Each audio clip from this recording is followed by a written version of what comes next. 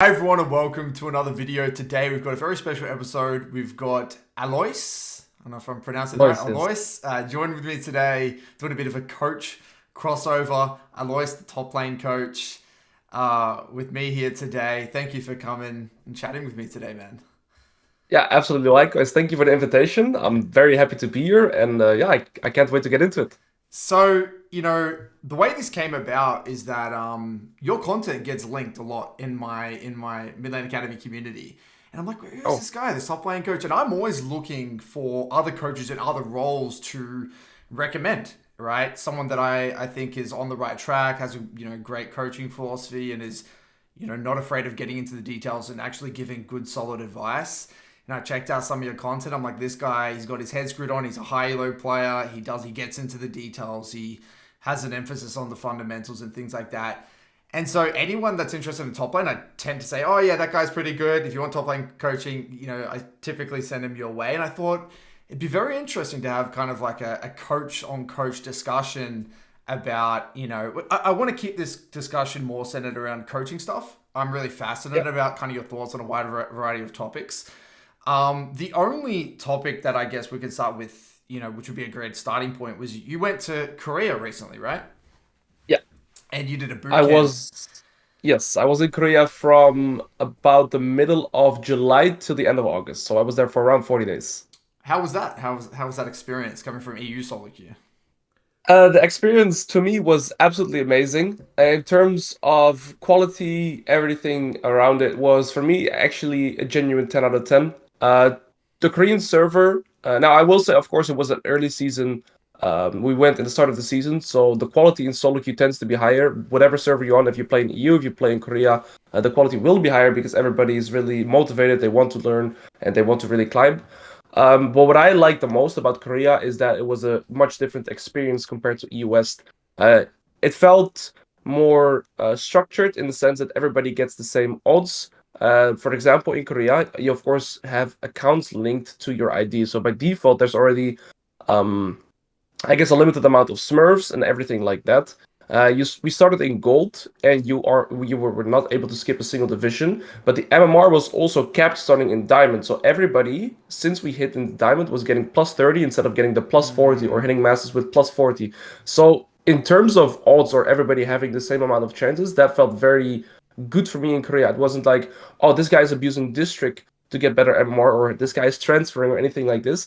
Everybody had the same odds, which felt absolutely amazing in terms of overall, I guess, quality environment playing in that server. Now, the biggest thing that I noticed playing in Korea compared to a region like EOS, this is also the first different region that I played in EOS, was that first of all, as a top laner, I got last pick every single game. It wouldn't really matter if there was a support pick on fifth pick, it was a mid laner on fifth pick, they would give it to me every single game, which was absolutely amazing. And it's completely different than in playing in Europe because supports want last pick, sometimes even junglers want last pick, and mid laners, I think less than 50% would give a top laner last pick. So in Korea, wow, it was 100 out of 100%. wow. The biggest difference as well compared to and this is the biggest difference to me, is the difference in support picks.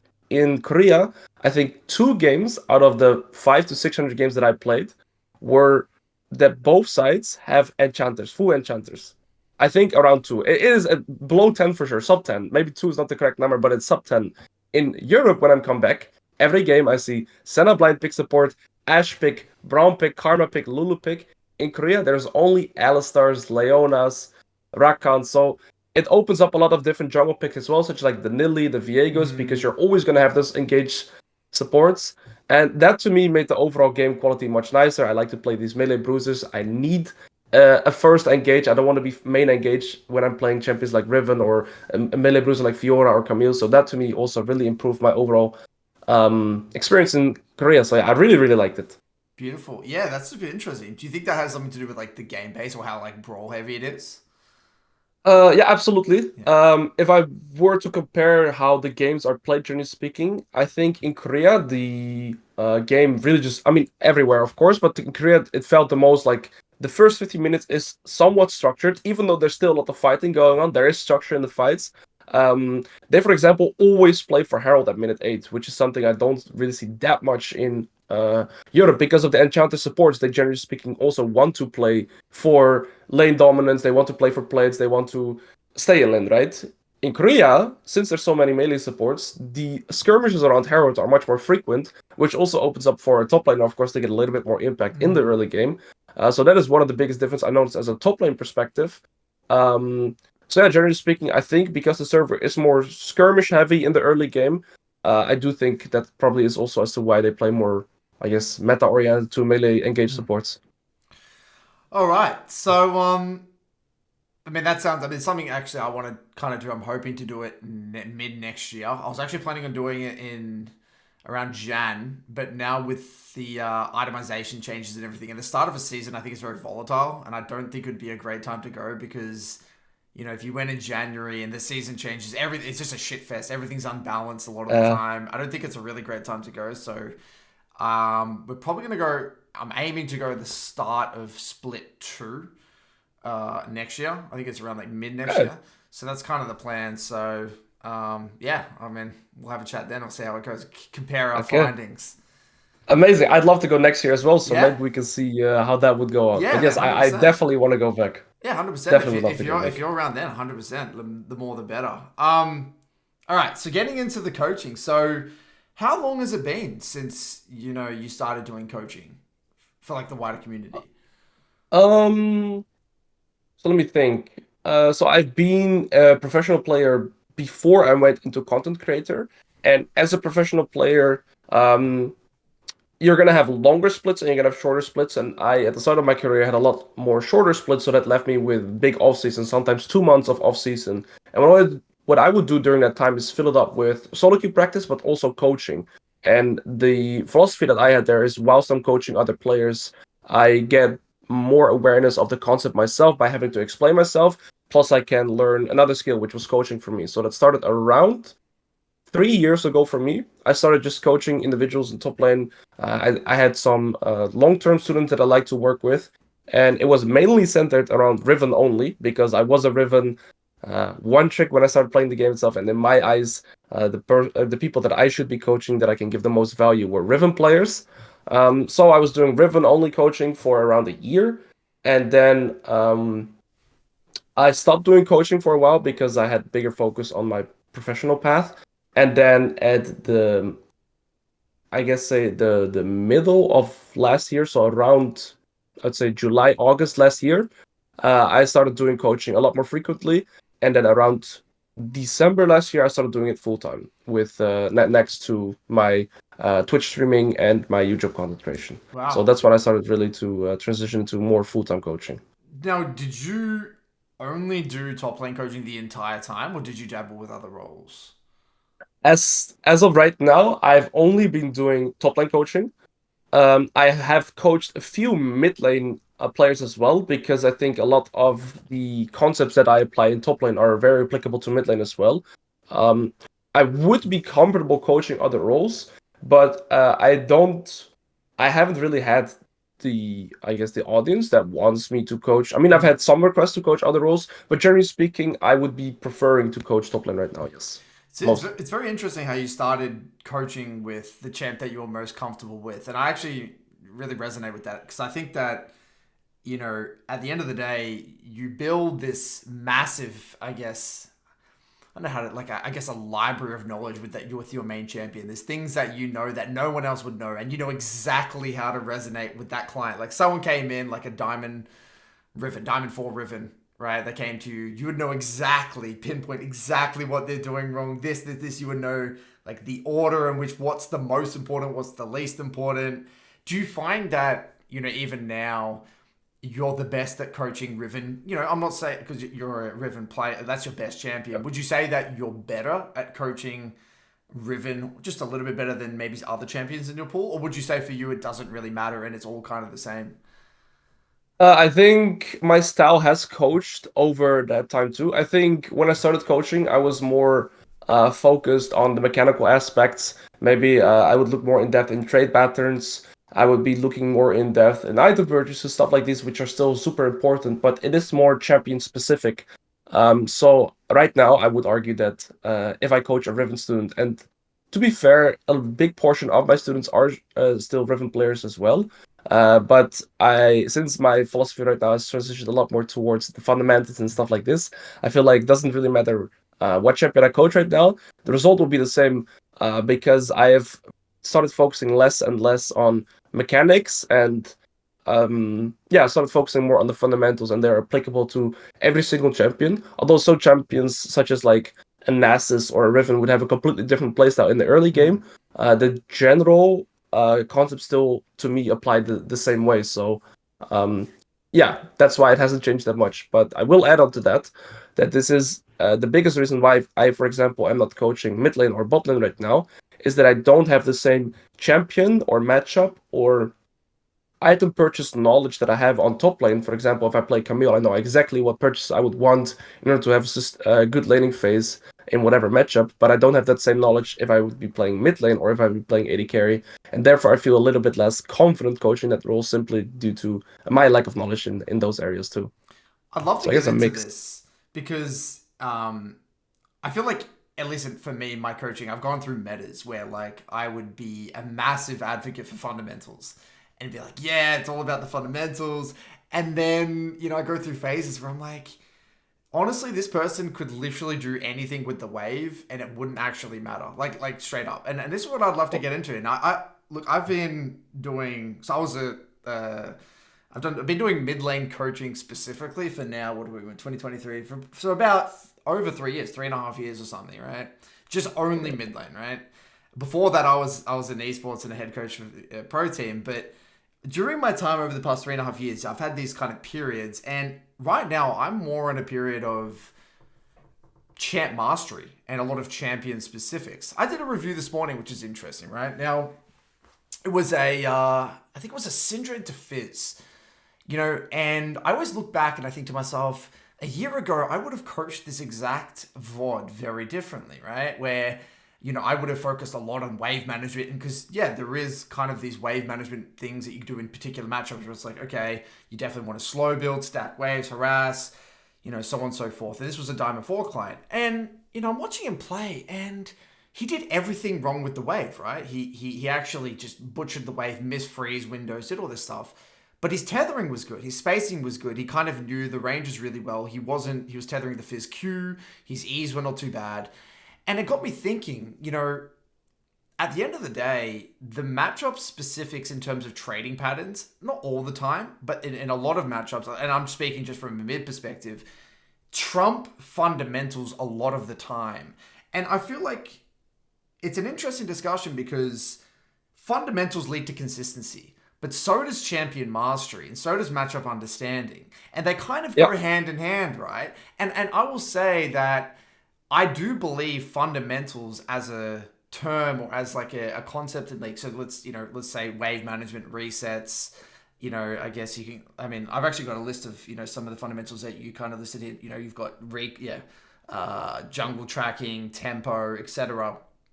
I would argue that um, trading and matchup understanding and champ mastery always kind of comes first. So what are your thoughts on this?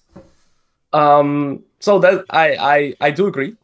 First of all, I think your statement is completely correct, and this is also the philosophy that I share in every single coaching session that I do, or every student that I have, or every time I'm talking about people that want to improve for both the short term and the long term, is they should minimize their champion pool, and I always say the smaller the better. So I recommend the champion pool between 1 to 3 champions, and again, the smaller the better. So if I'd say right now what I'd recommend to pretty much any aspiring top laner that genuinely wants to improve, I would recommend them to only play Renekton and or a champion like Garen, because the stepping stone in terms of trade patterns or mechanical skill is relatively low compared to like a Fiora or a Riven or champions like these. And that once you have that champion mastery and you understand, and the reason why I tell them also to be a one trick is for the same reasons that you say. If you are, for example, a Renekton one trick, and you play against the Jax, maybe that's the 10th time you've played that matchup, but for the Jax it's the first time. So by default, you will have that, like, I guess, knowledge gap over your opponent in terms of trade patterns or all in windows or anything like this, right? So you have a lot of knowledge over your opponent in those regards. Like I'm saying, all-in windows, your runes, your item purchases, you kind of know what to expect in terms of damage output from both sides, and you know the cooldowns in the matchup, so it makes it much easier to play the game in general.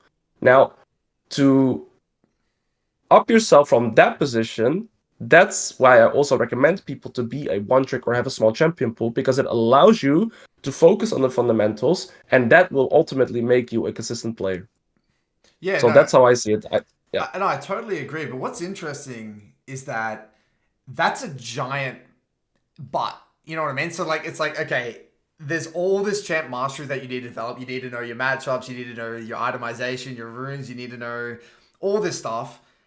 And then once you've got that, then the fundamentals report it. And that is what I think is massively underrated in the coaching industry, where it's like, I personally feel like we know as higher level players that that champ mastery stuff, that anticipation, that understanding of like what the enemy's going to do to you, what you're going to do to them, how the trades work, your limits, their limits, that is the foundation of the game. That actually, so champ mastery is the base.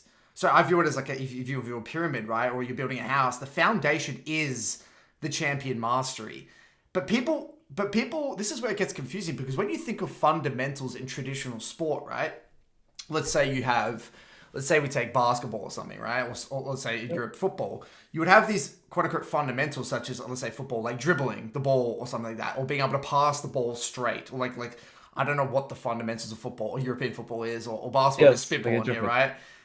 You know, we think of these as the bedrock of the game, right? But I don't really view the bedrock of the game. When we use the term fundamentals in League of Legends, we say these things as wave management and recalls and shit. I don't really believe they are the actual, the true meaning of fundamentals. You see what I Okay, mean? I see your point, and I think in some regards, I 100% agree. And that would be some fundamentals that would be more intricate or more situational. But at the other side, I think there is fundamentals that are super core to the game that any player could pick up, and that will still help them in regardless of the matchup they're playing, right? And some of these things that are consistent every game, for example, are level up timers. So one of the first things I always recommend to any student that I coach is knowing your level up timers. And I've coached master players that do not know the exact timers on which they level up. And ultimately, they're missing out on a lot of trade windows, or they're getting caught by a lot of trade windows simply because they're not aware of those level up timers. And it doesn't really matter what matchup you're playing. If you're playing Nasus into Darius, you need to know when he gets level 3. Or if you're the opposite, if you're Darius into the Nasus, you need to know when you hit your level 3. And then on top of that, another very simple fundamental to add onto that is syncing your cooldowns with those level up timers. So again, to me, it doesn't really matter what champion you're playing. If you're doing these things already correctly, you'll be a lot more dominant and have a much better understanding in any game you play. And the same applies to jungle tracking. It doesn't matter what matchup you play, what lane you're playing, even. If your jungle tracking is correct and your jungle understanding or how to track the jungle is good, by default, it will make your landing phase so much better to play. So those fundamentals to me are really core to the game. But your statement is true, and I can speak for that as well, because the first time I went to Challenger, it was by purely one tricking Riven. And from there, once you get high elo playing a single champion, then you very often learn a lot more, or you learn a lot more because you're playing against better players, Yeah. and then you can expand from that. So I think there is Yeah. somewhat of a mix, but the mastery of champion knowledge, I do think is it is probably on number one actually. When I think about it, It has to be though, because it doesn't yes, make it has sense to be. Yeah. otherwise, right? Because and I'm not trying to I don't want to kind of force you to, trust me. I want, if you don't believe me, that's okay. Like, we can have that discussion, but like, I like your example before, because I totally agree. These things that you mentioned before, level up timers and stuff, they give someone a massive advantage, right? They are huge and pivotal to the lane phase in the game. But notice how you said, I think the example was it Nasus into Timo or something? I can't remember what the matchup That's was. the Darius I meant, for Nasus into example. Yes. Darius, right? And it's like, Yes. knowing when you're going to get level 3 so you can go for a trade or something. But if you don't even know what ability you're going to level up and how you're going to take that trade, or what they could do if they get level 3 first, then what's the point? You know what I mean? Like that, the Sure. underlying knowledge beneath that is always the champion knowledge and an understanding of what they can do and what you can do. That is always the bedrock of the game. And I think that as coaches, what I've noticed is that there's a lot of assumed knowledge that we have, and I'm guilty of that. And I look back at my past videos and I think I can't assume that they know automatically that, you know, if I'm level three, they're level three, I win that trade or I win that all in. Like that's a very big piece of knowledge that someone would have to have a decent amount of matchup understanding and champ mastery even have in the first place. So what I've noticed is that, especially if you're from the high elo community, you automatically have this kind of baseline assumption that everyone gets this shit. But when you're working with someone that's Oh, in gold, it's like, well, they don't know that. They don't know, you know what I mean? And so I think yeah. that, like, as coaches, and this is a lot of the coaches in the industry are typically higher elo players, that whole discussion about champ mastery and understanding what the champs do to that level is just completely, I think, thrown out the window because we're looking at it from the perspective of fundamentals. Fundamentals, yes, they're going to help you be consistent, and that's right, that's true. But there's a giant but there. You know what? That's like, I just think it's interesting. And do you see where I'm coming from? 100%. So yeah, like I said, I always tell my students that the first step in order to improve is to find their main champion to play and then learn the game that way. So I actually Yeah. just 100% agree. And then when you name the example with, yeah, if you don't know what ability to level, or if you don't know how Darius passive works, then how are you ever going to play the game, right? So I would agree, your general knowledge has to increase, and yeah, I 100%. But would you? My question to you then: would you also advise any of your students to one trick a champion to climb? It's a good question. So I coach, like, I kind of have like two programs. One that's split below platinum and then like above platinum essentially. And for my below platinum clients, I typically tell people to one trick. In below like if they're in silver or they're in bronze or they're in gold, I typically tell people to OTP. In my experience though, it really does come down to the personality type. Some people don't deal well with just having one champ just from a, you know, just from a perspective of just it being monotonous, you know, and some people don't have that obsession about one champ. Like, you know, there are people out there that love a champ to death. They can play that champ to the ends of the earth. They will never get bored because ultimately, you know, League is a game that is meant to be fun. If you're feeling like League is a job and it's like this coach, Curtis told me or Alois told me I should one trick Renekton, and then they're just loading up into a game and they're genuinely dreading playing or not enjoying it, nothing we say is actually going to matter. So typically it's like, okay, if someone says to me, Curtis, I don't like OTPing, I'll say, just pick up a second champ. That's okay. So I have a framework. Below plat, I recommend OTP, but I'm okay with two. Plat to emerald, I recommend two, sometimes three, again, based off the personality type. Diamond, uh emerald to diamond, yeah, like three, and yeah, diamond to master you can have three, and then master plus you can have like four or five or something like that.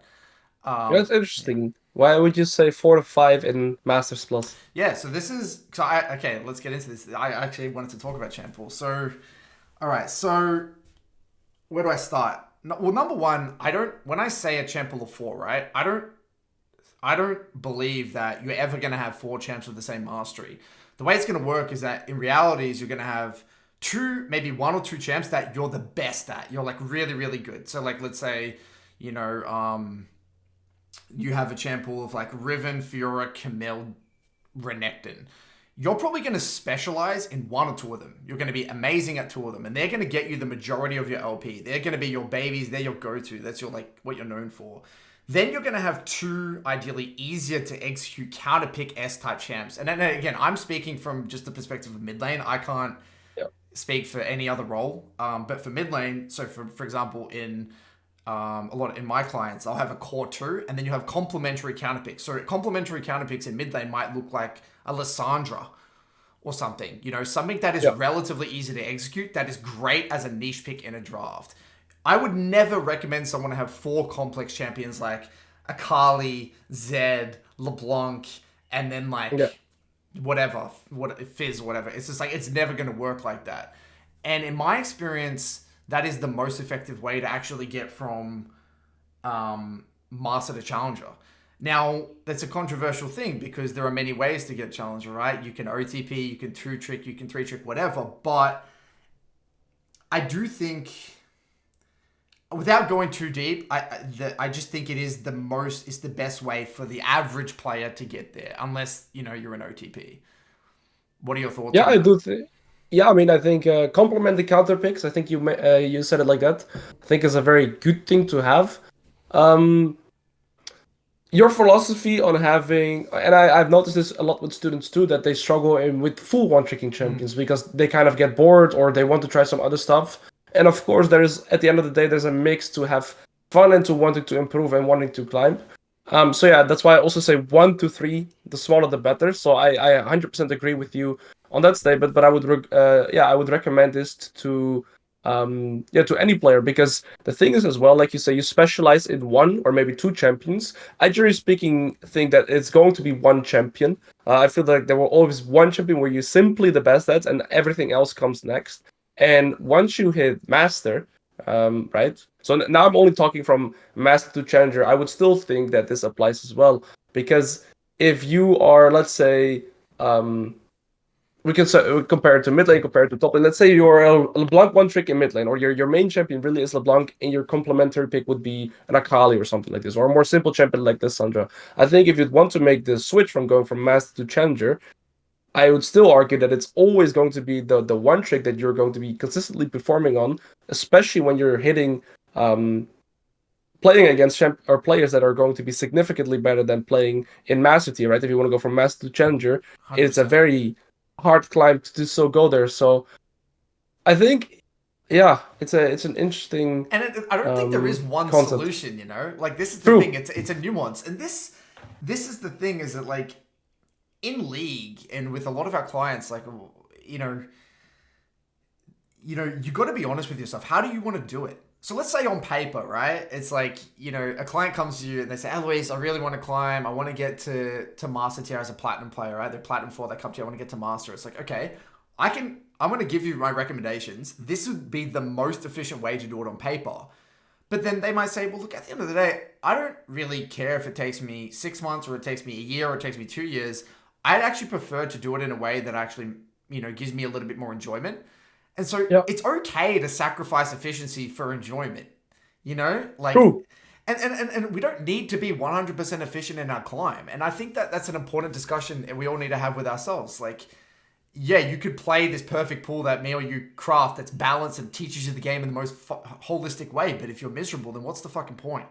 You know? Yeah, the first thing that came to mind to me was like, let's say you're doing something like a weight loss journey or anything like this. You could full speed on it, put yourself through complete misery, and do it the most efficient way humanly possible. Or you could take more time and find a bit more enjoyment, find a bit more balance in it. So I guess you can compare it to that with League of Legends too, where you can always have the most, in my opinion, efficient way, which would be full one tricking, or you can have the more nuanced, I guess. Yeah, more Personalized, enjoyable enjoyable. approach. Yeah, Yeah, personal price. Yes.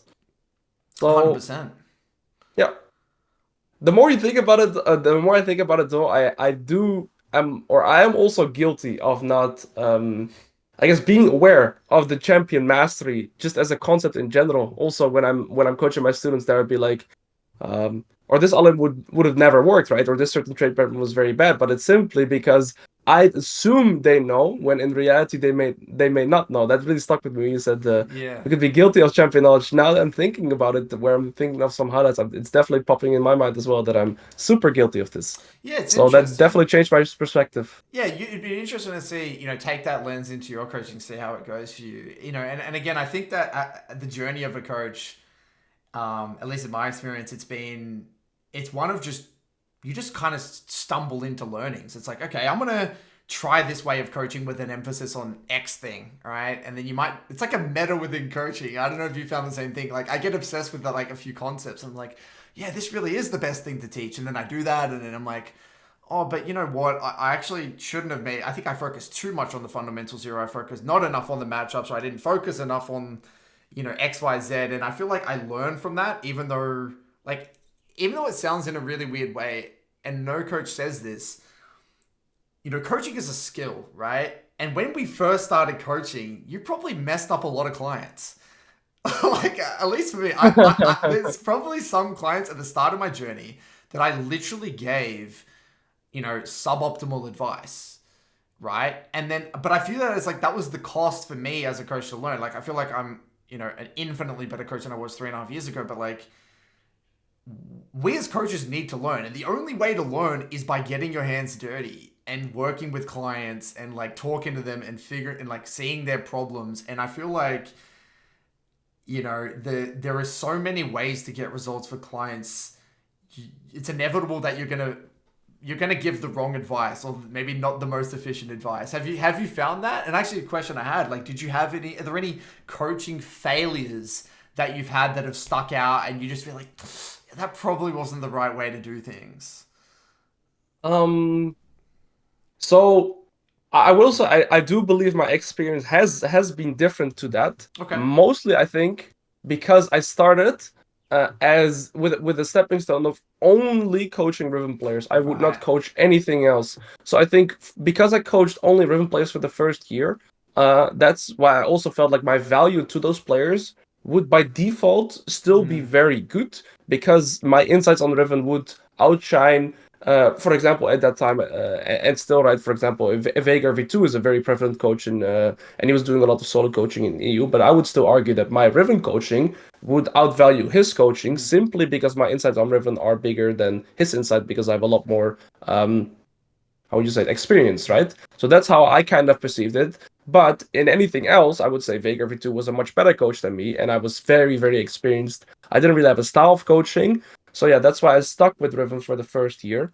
And that is why I still also, and I think that you share the same, how do you say this?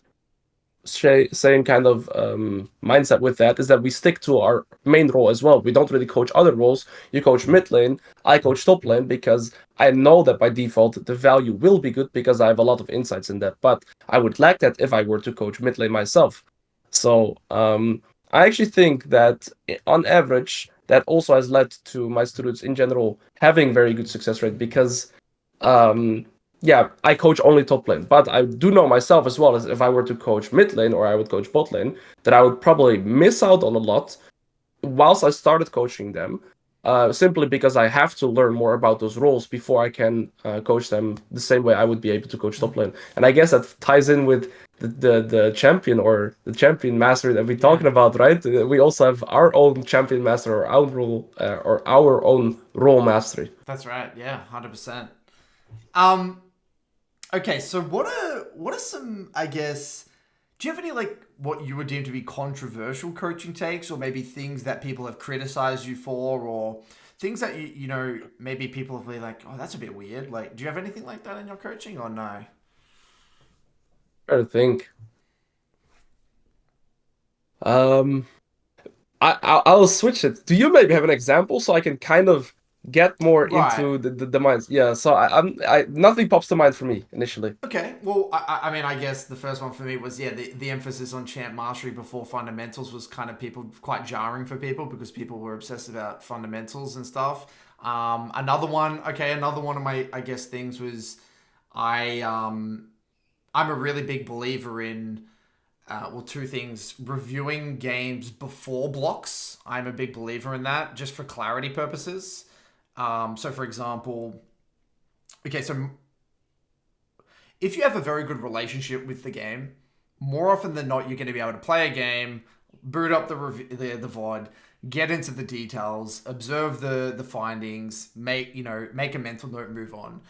A lot of people don't have a great relationship with the game, and what happens is they're really jacked up mentally.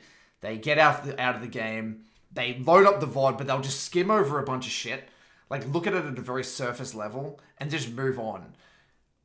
For a lot of people, I actually suggest review before the next block. So just play your 3 games, and then before your next block, whether it's the next day or whatever, or later on in the day, review those 3 games before your next block. And now that does two things. That would, number one, get you in the, it's like a kind of like a warm up in a way, because it's like priming your brain to see like what was happening in that last block, like what are some things that are what were happening, what are the trends, but then also you have a lot more clarity because you're kind of somewhat, it's like mental clarity because you're detached in a way from what just happened. It's like you're able to step away from that block of three and be like, yeah, that was actually way worse than I thought, or that wasn't as bad as I thought it was. You know, so I mean, I don't know if that's like fully controversial, but I guess it's, I guess some people are a big No, believer on straight away reviewing after a game. You know. I think that's a very good advice. I'm never too prone on I've done so. I guess I'm more maybe controversial in that sense. I am not too prone on reviewing or letting my students review their own games too much because I feel like they lack very often the insights or some of the knowledge that so they would be looking at the review, but how do you really improve from looking at your own reviews, right? So generally speaking, the only thing that I would recommend my students and generally speaking to when they're looking at reviews is to look at tangible things that they do every single game. So for example, you look at your death, right?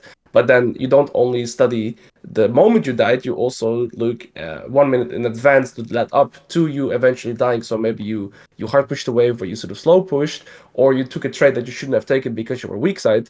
But then again, do they have the insights to actually notice that during the game as well, or sorry, during the review as well? So that's why I, generally speaking, don't recommend my students to review their games that much.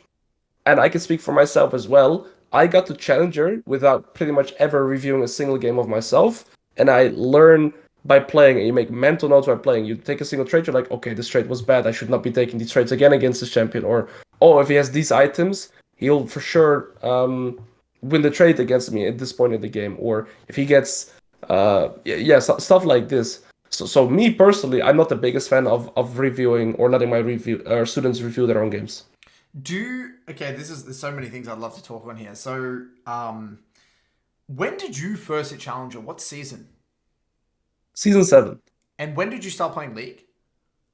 I started playing League around, I think it was around season 3, but so I didn't have a computer or a laptop myself. I just played at a friend's house, so it would go a little bit like this, and then I would play. I think around season or towards the end of season 3, I got my own laptop to play on, and I would just play League for complete fun on and off. So I just have a friend group, and sometimes we just play a little bit of CS:GO, sometimes we play a little bit of League of Legends, we play a little bit of Minecraft, and then so that stayed like that till maybe season 5, season 6, but just casually playing, always playing different champions, playing every role. I got to around Diamond in season 6, and then I think I peaked Diamond 5. Diamond 5 still exists at that time.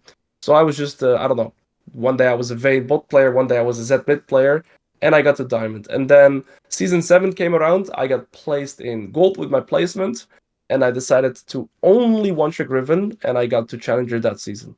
Okay, great. So to kind of summarize that journey, you roughly casually played very few games in season three, played again casually season four, dicking around with friends, whatever. Yeah, till season 6, So honestly, yeah. basically chilling really for a few years. And then the 1 year you try hard, you get challenger. Right? Now, let's just be real here. You are a talented gamer. Right? That's just a fact. No one, whether or not, you want to believe it or not, someone who plays the game casually for 3 or 4 years and then randomly picks a champ and one trick setting against challenger on a great solo queue server is inherently somewhat talented or has some sort of um, has a tendency to be quite good at gaming in general. No, I'm not saying that means you're like the greatest player in the world, but there is an element because there are people that have done that and try and are stuck in silver for years. My point being Yeah, is that fair. I feel like we need to be very careful. I totally agree though with let's back it up here. I totally agree with reviewing is actually overrated. League is an intuition is a feel based game. There is way too much information to process. We know when you play your best league, it's 99% feel and intuition. Everything is embedded in your intuition, right? And the way you gain and build intuition is by experience. A lot of games, Yeah. playing with intensity, but feeling things, understanding things intuitively, building that muscle memory, right? Now, Exactly. Having similar, oh sorry, yeah. oh, you go on. Having similar experiences, having similar past experience, you get in a scenario where you know how to act due to past experience. Exactly. So Exactly. that's I totally share that philosophy. That's Yes, exactly what the 100%. game is, and that's how we got high elo. That's how every high elo player gets high elo. It's intuitive based gaming. That's the way the game is played, right?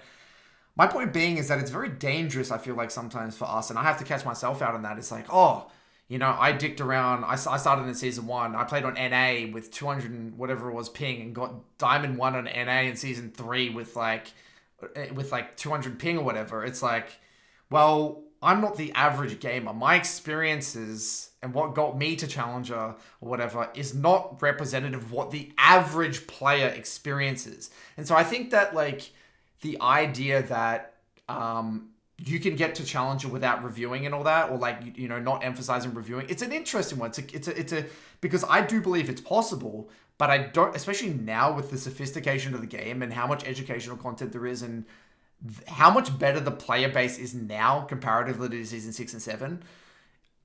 It's a very scary thing for me, and I think that it's something that I've noticed. And I'm not just singling you out, and I'm guilty of this, but I think in the wider coaching community, where a lot of us old school gamers or like OG high elo players that have played at a high level for many, many, many years, we have this tendency to just say things such as like, oh yeah, you can get to challenge not reviewing, or master is piss low, or whatever it might be. These things that we kind of feel intuitively, but it's completely detached from the reality of the average player's experience. And I think that reviewing is a skill.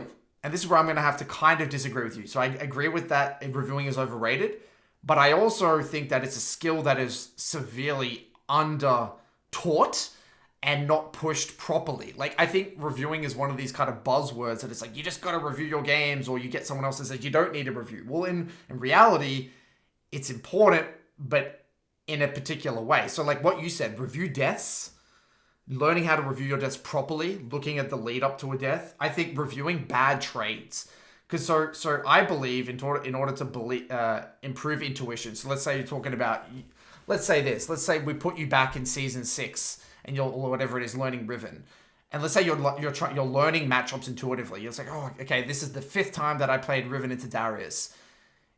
You can't deny that it would have helped to look at a review or go online and be like, there's this Challenger Riven player that just played this matchup that took this trade. Let's compare it to my trade. Interesting. He dominated this trade. I got shit on in this trade.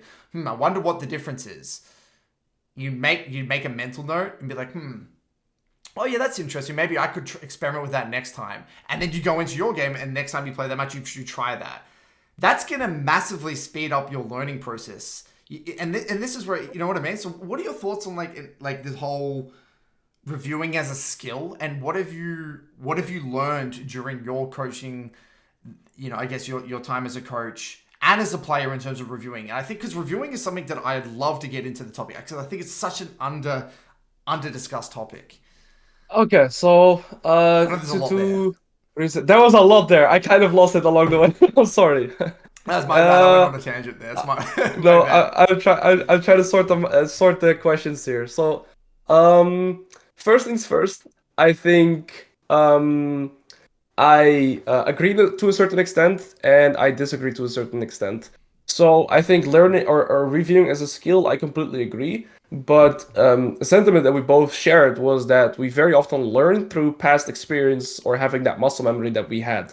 And I feel like it's very hard to build that from reviewing games yourself. You have to really do it in the moment and play in the moment. And it's very different to have certain knowledge, because I could look at anybody playing X matchup, but at the end of the day, I have to do it myself as well.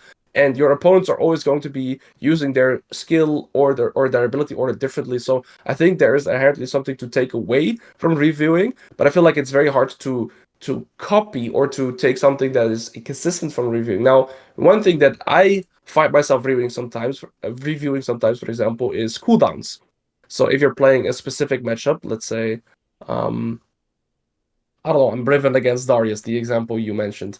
Then of course, if I know what exactly his E cooldown timer is, that helps me approach that matchup differently or trades differently in my next games. But then again, it's all intuitively because I'm never going to know his exact cooldown timer when I'm playing the next game again.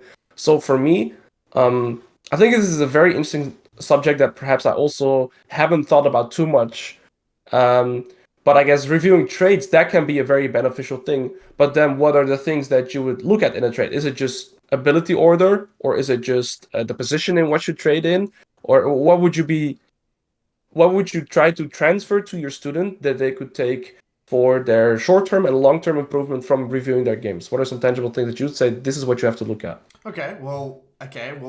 So I have many review frameworks essentially. So I have kind of, I guess, tools that I equip my students with to help them with reviews.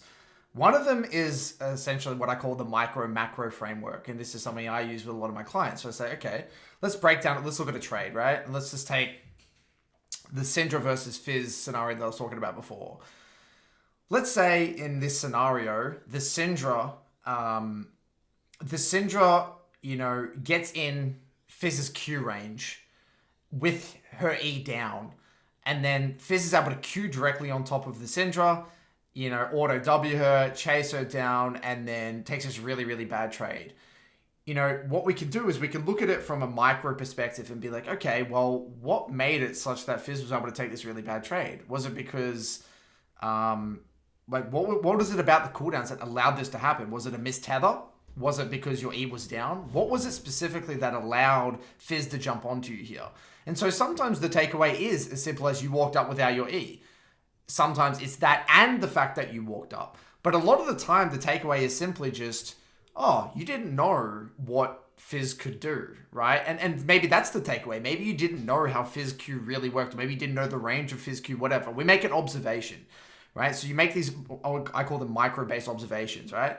Then you zoom out and you say, okay, well, let's look at this from a macro perspective. What am I even doing here? Like, why am I even in this part of the lane? Why is the wave here? Why am I even trying to trade? Should I even just be trying to play for the wave? So what I'm trying to do is get the client to look at the trade and then try to zoom out and figure out big picture, what are they trying to do? Now back to the purpose of reviewing. What I try to get across, and this is my philosophy when it comes to League, is that you can understand something intuitively or you can understand something logically. Okay, so if one of our clients went on to Dommy some replays and saw bloody some matchup and they looked at some Korean diamond player take a trade and they're like, oh yeah, this makes sense. I see Darius do this, the Riven did that. Okay, they can understand that logically, but they have no feel. They have no actual intuition around that trade. They have no feeling attached to that trade, right? They don't actually understand it at an intuitive level. They understand it at a logical level, but in League, we know that's not enough. Now let's take another client. Let's take someone who was literally playing that game. They took that trade and they intuitively felt that that trade was bad. Now you can ask many people. They might not even understand why they lost that trade. They intuitively know that it probably wasn't a good trade, but they might not even be able to tell you why. Now, that client also is going to have consistency issues and is probably going to have problems with their trading. In order to be consistent in League, you have to understand things logically and intuitively. So for you and for us, I could tell you when I take a trade, I know the feeling of the trade and why that trade is bad or why it went bad. But I can also tell you very specifically why the trade is bad. I can tell you if it was a tethering issue. I can tell you if I went up because my ability was down. I can tell you everything about that trade, logically and intuitively. Okay. That is what leads to consistency. But reviewing is what I believe, trading, the bridge between the two. You make a decision in game, you act intuitively, you make sense of it and bridge the gap between logic and intuition. And that leads to consistency. 100% agree. 100% agree. But then my point comes again is will the student understand logically why it was a bad trade? So, for example, there could be so many factors that lead to a trade being bad, even though it may have intuitively felt bad or good. The logical outcome very often, and then in that regard, I come back to the fundamentals, right? Because if we're talking about approaching the game logically, I feel like everything there boils down to those things. So it could be a wave state Yeah. that is bad, right? It could be in terms of ability, order. It could be that you didn't check a certain item Could before be you even tethering, initiated the spacing, trade. could be Could anything. could, yeah, exactly, right? You're down in a level, anything like this. But very often there, I feel like if you want to lead to consistency, I feel like in those scenarios you do look at those fundamental aspects, right? So that's where I would look Hmm. into level up timers. So you're taking a trade.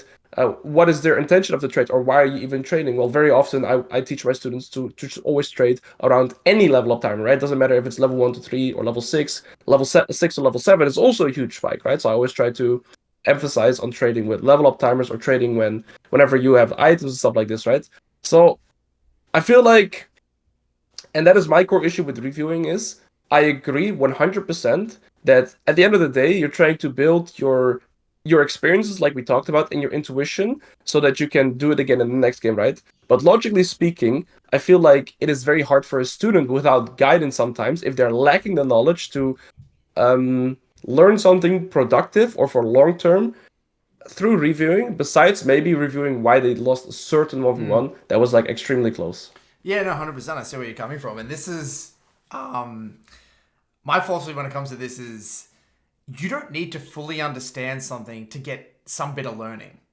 You know what I mean? So let's say, like, the takeaway, like, the average platinum player, spot on. They're not going to be able to understand all of the intricacies of what went on that trade. But if they can take one thing away from that trade and be like, maybe next time I should be a little bit more cautious of walking up without my E. If they take that away, again, that doesn't mean they're not going to take a bad trade next time. But it's like adding a layer. It's just adding one layer there, and then over time, they, as their knowledge of the game incrementally grows, they just add another layer. They add another layer. Like, this is a broader discussion about results in League don't come overnight. It's a very long-term game. League is it's 100%. such a complex. It's the hardest game in the world. It is so hard. There are so many aspects to it, and this is where it comes down to just being okay with just slowly chipping away at something. And then I think Yeah. that you're spot on though. Most clients are not going to be able to understand it, but I don't expect them to, and they don't need to. And that's where coaching does come into play because we can prioritize. It's like, well, okay, you We should. can speed up their process. That's how That's I what see coaching it. is. That's what coaching is. Yes. They don't need Yes. us, but like we rapidly speed up their journey because some Exactly. people don't want to spend 4 years to get from plat to master. They want to do it in Yeah. 1 or 2. So then my question as well to that is, I guess it's more of a matter of what do you feel like is more productive, right? Would it be reviewing more games for yourself, or would it be actively playing more games to get to that, I guess, idea of having more experiences, having a better intuitive feeling of the game? For me and my experience, and I can only speak for myself how that went, is I learn through experience. So if I'm playing the game, I learn through that. And I guess that is also different for every individual, right? Some people learn more through studying, or people learn more through playing I and don't think so. rewatching their game. You, I you think don't think so? I don't I think that's bullshit. I think everyone Really? learns through doing. I think that I don't think there is a single high elo player. I'm gonna just go out and say it that got to that rank from studying the game more than playing. It's just a fact. I think So, League is always a doing game.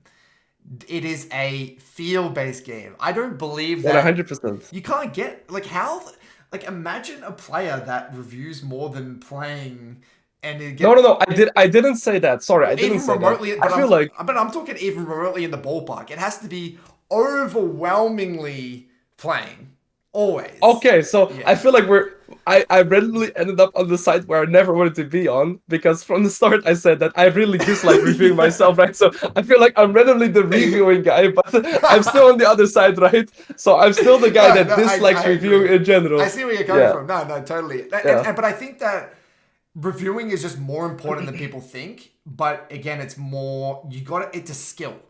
It's a skill. If you're going to review, you got to take it seriously. It's a skill, and I think yeah. that reviewing done well is kind of like taking steroids or some shit. It's just gonna get you results faster. Fact. If done well, Okay. that's the way I view it. But I think that it's done extremely poorly, and I think that this is the scary thing.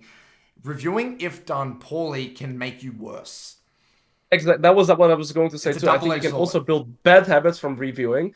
So that is why I feel like it's a because you say, oh, this trade was bad because of X, Yeah. and then maybe the student is going to play extremely safe due to their own perceptions, which could have been wrong, and there were so many other factors that led to that trade being wrong. Mm. So then my question to you as well would be, what do you feel like is the good ratio between playing and reviewing? Well, again, I think that it depends on the rank massively. Like I am, so again, I view it as a scale. I feel like in iron and bronze and silver, you should be barely reviewing and only playing. And, incrementally as the ranks grow, you should be spending a little bit more, putting a little bit more effort in your reviews. I have a rule though. No review should ever go more than 5 minutes max, and that's even a stretch. Like even 3 to 5 minutes, it should be really short, sharp, concise, um, and yeah, just very to the point. And again, I'm a massive advocate of the first 8 minutes. I just believe I think that the game, that's where it's in your control the most. The first 8 minutes. So again, it depends on client to client. But if you're in say Emerald, let's just take an Emerald 4 player, you should be spending at least a few minutes after every game. If you decide if you prefer to review after a game, 3-ish minutes going over your first 8 minutes. It can be looking over For your. every game. I believe every For game. every game? Yep. Okay. Okay. Um, Very interesting. And now I 100% agree. One of my biggest philosophies in top lane is actually the first four waves. I feel like the first four waves decide your laning phase in most of your matchups. I also believe that those are extremely important. So if anything, I'd recommend them to review that. But very often, everything that happens after that is a result of what happened in That's those right. first four waves. And the philosophy that I personally have is if you want to improve or expand your horizon in that regard, is I would even more so advise people to look at other players play as X matchup or play a certain thing than actually reviewing their own gameplay. Yeah, that's a really good point. I think that is great, and yeah, I think that this ties into that discussion where I just don't think there's one way to do it. I think Huh? that, yeah, I think it depends on where you're at. Okay, so like okay, if you're 20 games deep on a champion, you're gonna get no value from really not much value reviewing your own games because you don't know what the hell you're looking at. But if you're 100 games into your champion, you probably are going to be quite good at actually identifying what your problems are, or a lot more competent at reviewing seeing what your problems are. If you're a beginner at a champion, let's say you've only got 20 games on a champ, you'd be better off watching other people play the champion because you're going to see what works and you're going to be able to emulate things. And I am a massive advocate of, even if you don't understand it, just try it. It's like, okay, you saw this thing, like, this trade. It's like, just do it, send it, feel it, and then see what happens. You don't need to fully understand everything. Like, I am just a massive advocate of one of my favorite quotes is just have a crack. Just fail bravely. Just try something, feel it. If it fails, it fails. If it doesn't, you don't even need to fully understand why. Like, you gotta really trust your intuition and just feel shit out. And I think that again, this all ties into the whole think long term. Like I think in league, I think in spans of months. I don't think in spans of weeks. I don't think in spans of days. Right? Like I think if you're gonna make any massive progress in league, it's gonna come over months. Right? Like I don't think. You can have short bursts, but I don't think it's just like long term. It's really going to be in terms of months. Um, but again, that's a. Um, Oh, yeah, let's get yeah, into I feel this. like it depends on the student. I feel like that definitely depends on the student because, well, whilst I agree with a lot of things you're saying, again, I very often also have students that are like at a cross point. They could be a Fiora one trick, and they could have 1,000 games on Fiora, and they have so much knowledge, and they have so much good champion knowledge, and their mechanics are absolutely insane, but then their fundamentals absolutely stuck. And if you give them that guidance, they will instantly They skyrocket pop too. So off. I've seen that happen too. They're the Yes, best clients, I by the feel like way. They're the best exactly. clients. The ones that have the Yeah, mastery, you just got to help them with the exactly. fundamentals. They're They the just easiest. pop off. Yeah. Yeah, so I feel like there is a mixture in that, but ultimately what you say is true. It all boils down to, again, if you, let's say you started with ranked and you 20 games, you're better off, I guess. So you said when you pick up a new champion, you're better off watching other people's play, right? To get to learn and understand the champion. What are you gonna? You're not really gonna even know what the hell you're looking at. Like, especially if you have very limited understanding of the champion. Like, if you're like 15, 20 games deep on a champion, you're not really gonna have, unless you have someone there helping you, or Yep. you don't really have much. It's gonna be hard, very difficult for you to Yep. review much. I think that's 100% correct, yeah. Um, Maybe one thing that I guess I wanted to highlight is mindset. Okay. What is your takeaway on mindset? Because sorry, that's just that what's like coming forward to me in these discussions. Mm. So much I feel like is going to be a mindset thing because we're talking about reviewing, playing. It is not productive to review after you're playing because League of Legends at the end of the game is a super emotional game, right? Everybody is very emotionally attached to their ranked games, to their result. How do you feel like um, the mindset of any student should be? Because I'm always a big advocate, again, when you say looking at long term, looking at improvement, right? Making mistakes is a good thing because ultimately you can only improve by making mistakes for the short term, but also the long term to build your experiences. Um, so I feel like mindset for any student or client is going to be 50% of the work minimum. Mm. Okay, well, yeah, mindset's it's a bit of an umbrella term, right? There are many aspects to it, but I think that um, yes, mindset is huge. Okay, so I have, I guess, a general way of looking at it.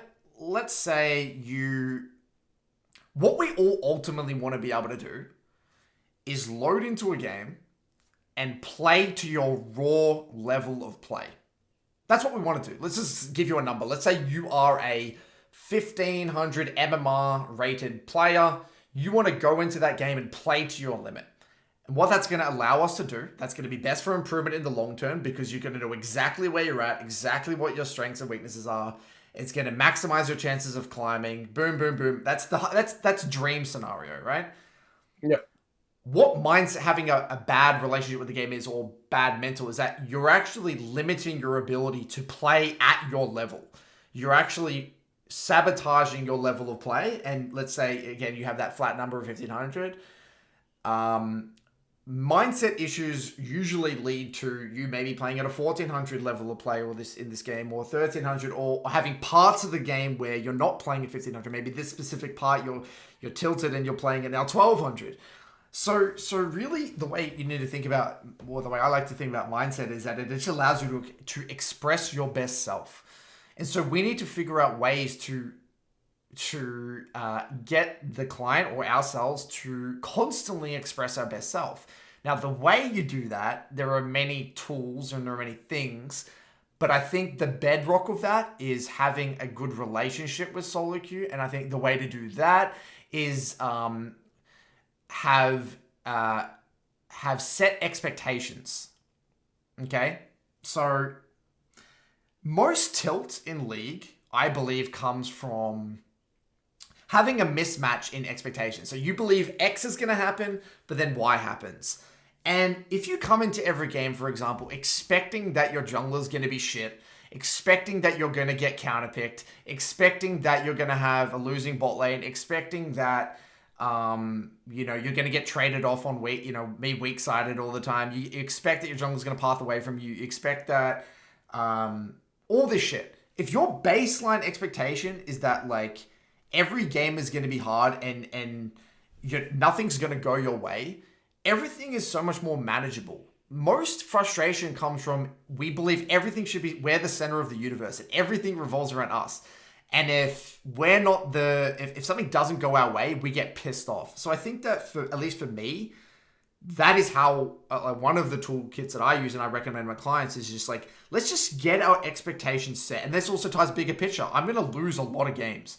I can play well. Like the idea that I could play well and lose is mind-boggling to people. But once you accept that idea that I can play well, I can do my job, I can shit on my opponent, and because League of Legends is a 5v5 game, I will still lose some of these games.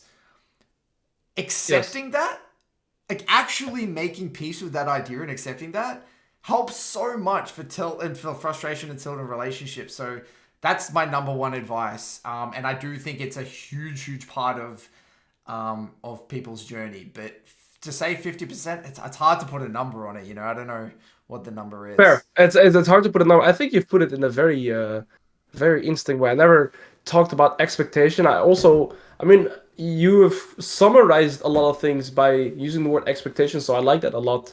What I always recommend my students to do is look at everything from their own perspective in a way that at the end of the day, the only thing they can work on is themselves. Because what I feel like very often happens is people still comes from, but you put it in expectation, which is 100% true, but it's usually outside factors and factors that are not in their control, right? So it could be ex teammate doing this or their jungler doing this, exactly like you're saying. So I feel like the biggest philosophy that I have is once you put you have like a very how do I say this? Um, responsible mindset that with most things happening in the game you're always trying to look at yourself and the things that you could have done there that ultimately leads to you having that very stable mindset and looking to improve on a long Mm. term. I don't think I put it in the best words here now, but that's kind of how I see it. That you're trying to see everything from your own perspective. So if you get ganked, right, instead of having a feeling like, oh, there's a jungle gap or something like this, you should be looking at what could I have done to prevent this gank instead of instantly just closing it off like that. So having that open mindset to always wanting to have that responsible mindset to yourself. That is there something that I could have done different in this scenario, or is there something that I should have been doing? There's a random blitzcrank in your lane hooking you from the bush. Could I have known that this guy has the opportunity to be looking to roam to top? Stuff like this. So I feel like if you're looking to really improve at League of Legends, you need to have this responsible mindset in order to go forward. That's Yeah, how I see it. yeah, no, you're spot on. Taking responsibility, taking maximum responsibility and focusing what's in your control is the key, right? You're absolutely spot on. And I think that this ties into also a very important discussion about why that's so hard though. Like if we get like the TikTok advice that is always said, it's like, come on, if you want to get results, focus on yourself, take max responsibility. And that is exactly what you do. But again, I think that something that I know I do very poorly, and I think is our job is to really empathize and resonate with our students and our clients. 100%. Is why are they getting so frustrated? Why is it so hard for the average player to take responsibility? Well, the main reason I believe is that imagine if you don't know what to do. Like imagine, you know how you were saying before how you know, before when people review the games, how can you expect them to know what to look for? How the average player that is trying to learn the game isn't able to actually clearly identify how they are contributing to a game and what they're not doing to lead into a win. For you and me, we can go into our VOD and be like, yeah, yippee, I did that, I did that. Yeah, I could have pinged that off, I could have done that. We're able to take maximum responsibility because we 100% understand how much influence we have over a game and how much influence we don't have over a game. The average player doesn't have that. So it's very, very hard for the average player to take maximum responsibility because how can we expect them to? And I understand why the average player doesn't struggles to get that mindset. So I think that it's a journey. Like you're not going to go from taking no responsibility to taking all responsibility. It's your ability to take responsibility or accountability scales with your game understanding. It scales with maturity and it scales with game understanding. As you learn more about the game, you can I can actually take responsibility for that because I can influence that thing.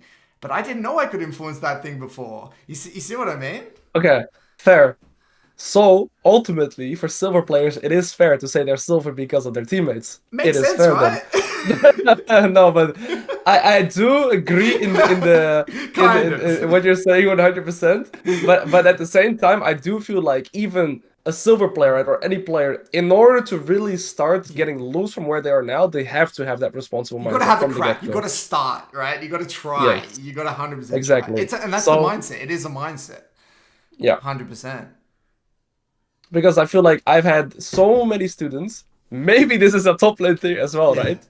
Right? Maybe we are, just staying there in top lane. But I feel like very often people are always trying to find reasons as to why they are not the reason, as to why they are currently in Emerald after 400, 500 games, instead of really looking inwards and Yeah. looking to take responsibility to everything happening. So to me, a lot of times, I am also talking about the mindset to a lot of students to finally start improving. So even going to limit your champion pool, in a sense, is a mindset thing too, right? So I guess that is also a really big thing with League of Legends. Some people just, a lot of players play the game to have fun, and then there's people that really want to climb, and then there's like people that want to have fun and climb. So again, here this is also a hard thing. So what is the correct mindset? I guess it also depends on your goals that you're having with League of Legends. I love that so much. I'm so glad you raised that because, that's a discussion that isn't said. It's like, you're going to have to make a sacrifice. You can't play for fun casually,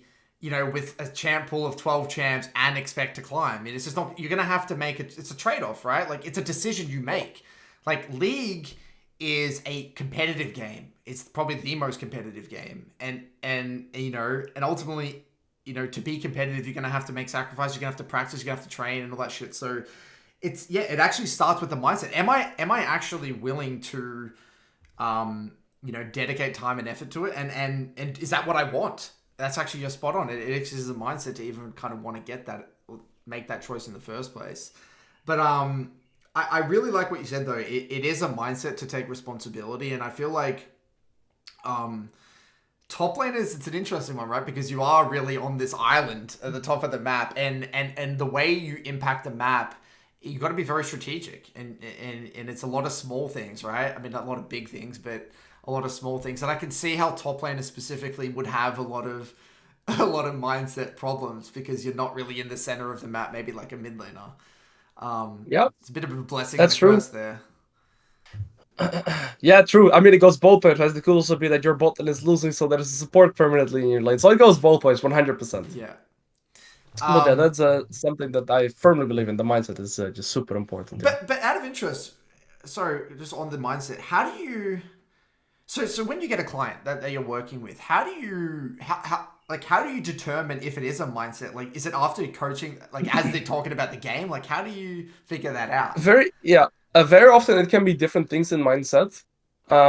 So it could be that they are either not confident enough. It could be that they're either too confident. So I could have a client that very often that the first review I go into and or a certain OPWG review I do, and they say, "Yeah, but this guy is bad. Yeah, but this guy is bad," and I always instantly correct them. You are right. So very often people have this misconception of where they're currently at, and they always put themselves in like different shoes. But it is very important for anybody to recognize that where you're currently at is because that is currently where you're supposed to be.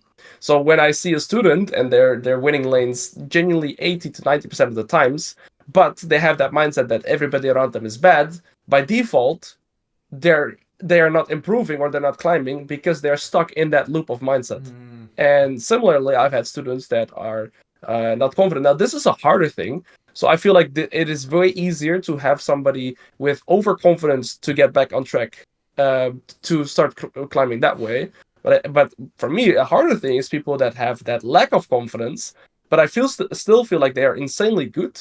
But then it is harder for them to find on that path to feel like they are supposed to be climbing, and it kind of ties in with ranked anxiety then.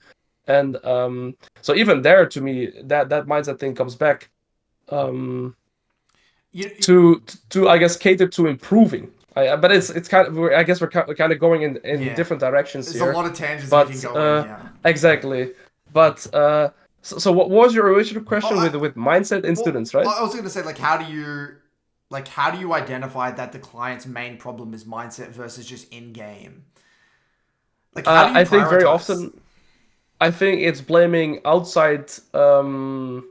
So anything related to them saying right they're not supposed to be here because their environment is bad, their teammates are bad. They're very prone to give any explanation to anything happening to outside factors instead of looking at their own influence or own influx on a game. It could be that their teammates are dying in mid lane, and it could, of course, be that teammates are completely inting, but it could also be that you are inting because you're on side lane, right? So to me, the most important, well, yeah, this is a hard thing again It's a because tough thing. I'm gonna know when it's good to be on side lane or it's good to be on mid lane, but my students are not going to know that, of course. But jungle gangs, for example, right? Let's say you're saying expectations my junglers are always battling away, and then he dies to a gank. But the thing is, then very often my student says, "Oh, or students could be saying it could be a jungle gap, right? Or there's a jungle gap going. I lost here because of jungler, but they were trading so much whilst they were on weak side. So at the end of the day, I try to always emphasize, look at what you did, right? You're trading so much. You're 10% HP on weak side, whilst your jungler is clearing, is ganking bot lane, right? So why are we even in this scenario? And then all they look at is the jungler being there in their lane, enemy jungler being in their lane instead of their jungler being in top side. This is just one nuanced example, right? But very often, the bigger thing behind this is that their mindset is always catered to looking at blaming other people instead of blaming themselves for what's happening in the game. I guess that's what it real boils down to, that mindset. And I absolutely notice the when we're having this discussion, notice how we both struggle to answer general questions, right? And this is I love this because you just said so many amazing things, but I could tell like you're always your mind is trying to bring it back to specifics, right? Yeah. Because League is a game of specifics. League is a game of specifics, and okay, I want to come back to the mindset stuff, but I think this is so. I'd love to get your take on this. So Yes. it's so people want a beautiful, short, sharp sentence that will solve their problems, and they want us to give them the secret Krabby Patty formula. You just do this one thing, and you're just gonna climb, or you do these Yeah. two things. And what I've noticed is that yes, there are these big things and these pieces of advice that we can give that will give them a lot of results. But more often than not, the it's just going to be detailed oriented shit that might only apply to this one game. Like sometimes that is the case. Sometimes in a takeaway in this specific review might be a specific thing tied to this matchup. That could be the takeaway. That could very well be the takeaway. And I think that content in the league sphere, whether it's on TikTok, whether it's on YouTube, whatever, and this is kind of why I kind of slowed down on my YouTube content, is that I felt like I'm incentivized to make content that caters for many people, when in reality, the most useful pragmatic advice is always the stuff that is more specific and granular. Like League is a game of niches and gray areas. I don't believe that League is a game where, especially as you start to get higher up in the ranks, it is a game that is very specific. And this is where it all ties full circle to my philosophy about champ mastery and matchups. Like I am a massive advocate of matchup understanding. And I think that yes, we can sometimes look at a VOD and be like, well, you've got a core problem with your wave management. You don't understand wave management, or big shit like resets and wave management is shit. Or like you said before, like not knowing which minion gets you level 3. Like, yeah, they're a big shit. But once that big shit's gone, like once we've removed that big shit, a lot of it is just small shit and not sexy shit. And I just feel like, at least for me, and I don't know if you feel the same way, this is the real question. I don't know if you feel this pressure as a content creator. Do you feel this pressure sometimes as a content creator to I guess, please the masses and give general advice because it's something that is sexy and something that people are going to click on? Or do you feel as though that isn't a problem for you currently where you're at in your coaching journey? Or do you feel as though there are so many people that miss out on the big things that you're not really feeling the need to cover the small things? Okay, so there's a lot to take away there. Um, but let me start off with I'm relatively new still to Mm. content creation, and I personally right now don't have that I guess feeling that I need to what's it called? Satisfy the masses, put it that way. I do also kind of really I'm kind of really trying to do what I like doing. So for example, right now I'm trying to think, should be doing more educational, or should I actually be trying to grind rank 1 in Europe? And right now for myself, I'm just kind of trying to do what do I actually want to do, and that is what I will go with because that's what I'll find most joy with, and I'll have more passion for that, and I will have a better mindset and mood doing that. So I do feel like I'm doing what I want to do over anything else. Now, the things that I share, for example, the fundamental things and stuff like this, right? I genuinely am fully convinced that any player with the things that I'm currently putting out will improve from it on the short term and long term. Because even though you're saying that there's things that are really, really big, right? You can also get them. You are correct, by the way, to say that League of Legends is an extremely detailed game, and the smallest things could make the difference between a win and a loss, right? But there's so many big things that people are not doing correctly or simply don't have the knowledge of. Um, I could name so many diamond players that I've coached that have zero idea about jungle tracking, genuinely zero, yet they're still diamond. So I feel like there is a lack in fundamental knowledge in general in League of Legends, how I see it. So I feel like the content I'm producing right now is very nice in general, to be perceived. Now, of course there is. Wait, where was I going with this? No, I feel like I leave it there because I've overall had such a positive feedback on the more, I guess, I wouldn't say dumb it down, but like I'm trying to go to the core of everything that I'm doing with the waves that why I would be pushing, why I would be slow pushing, what exact means you get your level up timer, because these are still things that people copy in every game that they play. So regardless if you are a master, grandmaster player, or you are a silver player, I feel like people can still equally learn sometimes from what I'm saying. Because if I right now play against a master player, I would argue that very often they could be on a very similar, close to similar champion knowledge and mechanics. I've even played against master players where I feel like they are super good mechanically, but I would still win my lane 8 out of 10 times, 9 out of 10 times, simply because my fundamentals are more spirited than theirs. So of course, I will win games due to mechanical skill as well, or due to having a better matchup. But I feel like very often I'm winning my matchups also because I manipulate a certain reset better, and that puts me in a position where they simply are not going to be able to lane anymore because I get half a level lead or a full level lead from one thing that I did differently than them. So I feel like there is truth in what you're saying, but at the same time, I disagree in that regard. Yeah, and I think maybe this is where role differences come into play potentially as well. Like I think that top lane maybe is one of those roles that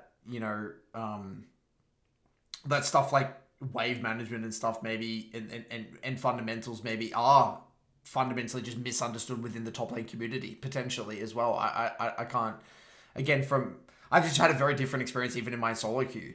It's very rare that I will win my lane versus a master player based because my fundamentals are better. That's actually not what I experience at Ooh, all.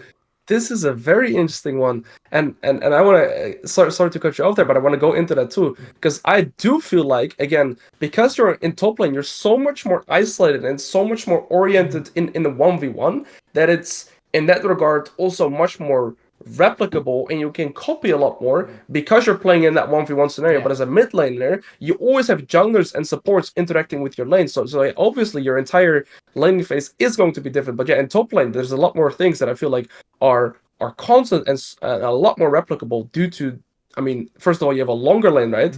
And people also say this as well. Freezing and stuff like this in mid lane is matters so much less than a freeze in top That's lane. right. So yeah, in that regard, I do feel like yes, it is a different game almost when you're It is a comparing the different game, roles. and but it's I'm glad you said it about freezing because also most champions in top are melee. In mid, a freeze usually isn't as impactful because a lot of champs can naturally unbreak a freeze anyway because they're ranged. So Yep. so yeah, and that's what I'm saying. Like I think that this is where role differences really come into play, and this is also why I'm a massive advocate of only specializing in one role via coaching because I think that although you would bring value, a lot of value to mid lane players, and I'm sure I could help top laners. At the end of the day, understanding the value, like the raw value of that thing, and having experienced it yourself, I think it just brings things to another level. Like I am just a massive believer in having to be a high elo player because I need to know what it feels like. I want to know what it feels like to be in that situation. I want to be able to empathize if I'm getting frozen on in this sort of matchup or I'm taking these sorts of trades with this matchup. I want to know what it feels like from a mental stack perspective. I want to know what it feels like because League again is a field-based game, and I think that if you have that disconnect and you don't know what it's like to be in similar situations, you're just I think you're just going to miss out on a lot of, I think it's just not gonna. It's gonna have a negative impact on your coaching. But yeah, it's an Yep. interesting discussion though about differences in role. Um,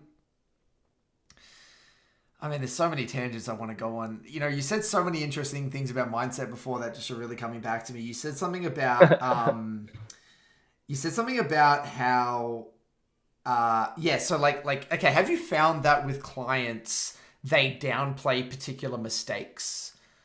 So, for example, like, have you had clients that you go and they'll be like, "Oh, I just died here to a gank or whatever," or I took this bad recall, and they're like, "Oh, but it's fine, right? Like, it's not that bad." But then you're like, "No, this is really bad." Because you understand the snowball nature of League. Have you had that disconnect between you and clients in terms of getting across the importance of the early lane? Um. So. Hmm. Or maybe not. Maybe this is I, again top laners understand this. I don't know. yeah. The thing is, I literally when I start my so any first time student that I would have right now, I focus on the laning phase and the laning phase only Yep, I love because we that. both share the sentiment that in top lane it is literally like this. Your first four waves will very often decide how the rest of your laning phase is going to play out. And so the first question, so I always ask for, some background, their goals, everything like this, and then I literally start by introducing laning phase, and I say, my philosophy is that the first four waves matter the most. The rest of your laning phase is going to very often expand on this, and if you fall behind, your game feels horrible to play. If you get ahead, your game feels amazing to play. If you think back to some of your recent games, do you agree? And then some people have to think a bit about it, and some people say, yes, I 100% agree. And then from there on, we build. And if they were to disagree, I'll be honest, thinking back, I don't think I've had a single student disagreeing just because of how top lane is right now. Yeah, But if he were to disagree, I would basically showcase him everything throughout this laning phase that everything is a result of those first yeah, waves. And the more I guess the bigger thing here as well is if I compare it to roles again, I think top lane in that regard is also a lot more. Maybe I could be wrong here, but structured than yeah. mid lane I because think it is. it is so much more like if you do a certain crash in the early game, for example, if I were to do a third wave crash in early game in the top lane, it would very often instantly neutralize the lane, depending on the champion I play, because I bounce into Yeah, him, he bounces into me. I you bounce can into already know him, what's he gonna bounces right. happen. You already know what's gonna happen for Exactly. ages. Yeah, And that is just based off the fact that I did a third wave crash in the early game. So I feel like top lane compared to other roles, maybe bot lane is somewhat similar because it's also a long role, but again, it's 2v2, it's two so v it's also two, different more again. chaos. Is a lot more structured and replicable. I feel like that's the biggest thing. But now I went back there instead of the mindset thing. But yeah, in terms of mindset, I think most top laners, almost every top lane, I think every top laner actually where I set this line has agreed with me. Wow, Yes, the first wow. four waves I'm so are the most envious important. because this is the thing is that in mid you get players that are high level. You can take Rookie for example or like Doimby. They literally slap their dick on the keyboard with wave management sometimes. It doesn't even matter. It literally doesn't matter. They can do everything and anything. This is my point, and this is why with mid lane I've been actually downplaying fundamentals so much because it doesn't matter. You can you can do things that literally make no sense. Like you watch Bayfang, or you watch the best players in the world. Sometimes what they do with the wave makes no sense. I can't make sense of it, but they just Yeah, outplay their way out of it. Or Mango Fish. You watch these players, and this is the thing with mid is that trading trumps everything. But trading isn't no. There is times where it is completely and utterly tied to the wave, and there are certain matchups that where it is waves are everything. And this is again, it ties into that initial point with mid anyway. Speaking from a mid perspective, it always ties into the matchup in the mid jungle 2v2. That's just it. yeah. And like that's why fundamentals I think in mid lane for me are just so overrated because like you see the best players in the world just don't have shitty wave management. So what's the point? How I see it is that you are and I could be wrong, so you can correct me instantly on Mm, the spot, but I see that mid lane, how I see it as a top mm, laner, is a lot more forgiving than top lane. mm. So if you mess up fundamentally in top lane and you get frozen on, especially if you're playing a bad matchup by default, your game very often will end there. Mm. If you take Yes. one very bad trade or you die once, as a top laner, I know that in the next 20 minutes, I will not be able to play the game if my opponent is not making mistakes or is barely making big Mm. blunders. Because um how would I say this? If you fall behind in top lane, there's very few ways to get back unless your opponent makes big blunders. You don't really have that many options in top lane left anymore. If you are behind, you're very often going to be behind. But I feel like in mid lane, you have so many options to try and get back into the game. Same for jungle role. You can gank three Yeah, different lanes. I As mid agree. lane, you can go to top, you can go to bot, you can still try to get favorable 2v2 skirmishes, but in top lane, it is just once you're behind, that is it. And that is also why I, for example, never even teach a single student on how to play from Mm. behind. I will never teach a Yep. student how to play from Same. behind. I will always teach how to not fall behind, Let's never get because behind. ultimately, yeah, but ultimately, if you are behind, you are left to the mercy of your opponent. If they don't make mistakes, good luck playing the game. So I feel like that is why um, I guess the structure that you need to have in top lane is so much more important, because ultimately, if you fall behind, you don't really have chances of getting back. Whereas in mid lane, if your opponent freezes, you're like, whatever, bro, I'll just go dive top lane, or let's dive bot lane here. And then if the play is well, then maybe it doesn't matter. Yeah, it's And I feel like interesting. Very, very if you interesting. have priority in top lane, it doesn't lead to anything. If you have priority in mid lane, the entire map has to stand back. Yeah, and you can do more things like because you have access to both jungles as a mid laner as well. Exactly. I was just gonna say, like, So I think that yeah, I think top lane is definitely a way more brutal lane. Like, I think it is the hardest role from a laning perspective. It's so brutal, right? You got to know your wave management and resets, everything. It's just like from a fundamental perspective, you got to be on point, right? yeah, But it's interesting because I think mid and jungle they're very very different, but they're similar in the sense that they're very cerebral roles. Like I think that they're hard from a mental stack perspective. So for like with top lane, if you get prio, you don't have to think very hard about what you're going to do because you don't have many options a lot of the time. It's like, am I going exactly. to Yeah. reset or am I going to get a ward on the blue buff or some shit? You know, or Yeah. maybe hover mid. But even then, there's no option. So especially if you're playing something that can't has no mobility. So your like it's mechanically incredibly demanding, I would say, and everything. But I think that cerebral in mid, if you get prio, especially if you're playing a Rome Orange champion, say you're playing Talia, there's like a trillion things that I could do. I could like camp the jungle, I could go top, I could lane gank bot, I could tempo reset, I could there's like so many things I could do. Like I think that mid's a very cerebral role in that sense.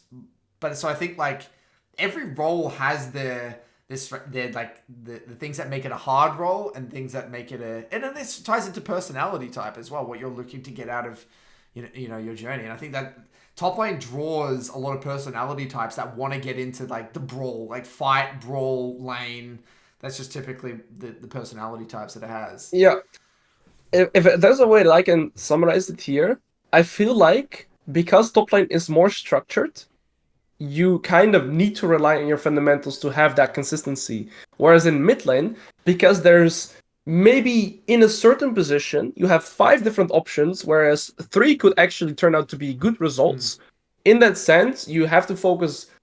Like your fundamentals in that regard matter a bit less due to the fact that you have, or maybe not fundamentals doesn't necessarily matter less, but let's say this you have less structure, therefore you have so much more options, which leads to, I guess, less structured gameplay, and then I would say less again fundamental gameplay in that regard. Yeah, well, the way I my one of my recent breakthroughs is actually my coaching. By the way, is actually I view fundamentals tied to a champ.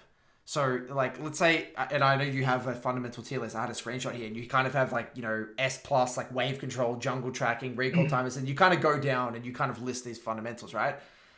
Yeah, Imagine this being completely different for every champ. That's the way I actually currently view mid. So the way I view mid is that some champions wave management is S plus. You gotta be really on point. But other champs, you can literally do anything you want and it doesn't matter. So I view it for me, from again, this is just my experience as coaching mid, like it depends on the champ you play. And so I think fundamentals, like for example, some champs are they're not gonna roam. Like if I'm playing Anivia, I'm probably not gonna, if I'm or Malzahar, I'm not going to be too concerned about roaming as much, or like Oriana. I'm not going to be too concerned about roaming as much. But if I'm playing Fizz or if I'm playing Talon, then think about that as a role. You've got Talon and you've got Oriana. They're in Yeah. the same role, but that's a different game. Like if you main Fizz or Talon versus Oriana or Anivia, you're not even playing the same game. Like you're literally playing a different game. So how can I teach the fundamentals the same way through an Anivia player versus a Talon player? It's just not going to work. So that's what I mean. There's a It's so very yeah. so tied to the champion. That's why in my YouTube content I emphasize guides because I've realized that's the best way to teach the game is through the lens of the champion. Yes, I would agree in a lot of extents, but again, in other extents I wouldn't, right? So, for example, my fundamental tier list, I also mentioned that for a lot of things, it is also more champion dependent. If I were to speak, for example, one of the things there was win condition or team fighting, right? As a top laner, very often your game will already be over before you even have to start thinking about win conditions because it just doesn't matter to you. So fundamentals are different per role, but to me also per champion. I 100% agree because if you're a jungler, before you even thinking about pathing, you're thinking, what is my win condition this Yes. game? As a top laner, it is not even a thought until your laning phase is over. But if you're a Shen top laner, you're going to be thinking about win conditions because you want to play towards that with your ultimates, right? And those skirmishes. So I 100% agree that like how would I say this? Yeah, per champion you play, your fundamentals are, or I guess your priorities are going to be different. But then again, a lot of things do remain the same, and that's why I rank the fundamentals that are applicable to every champion as plus tier. So, for example, your wave manipulation, your reset timer, your jungle tracking, all these things are applicable to every champion you play. If I play Shen top, if I play Tom Kench top, I do the same things as if I were to play a Riven top or a champion with a lot of wave clear, like I don't know, name it. I mean, Riven has a good wave clear, but let's say I play champions with very minimum wave clear, such as like the Fiora and the Camille or your Shen.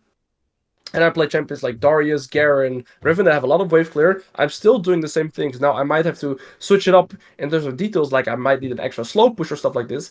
But the general like things will still stay the same. And to me, the things that you can do every single game, so your jungle tracking, your level up timers, these things, I rate them as super high because ultimately your gameplay is a lot more consistent if you do these things every single game. Fascinating.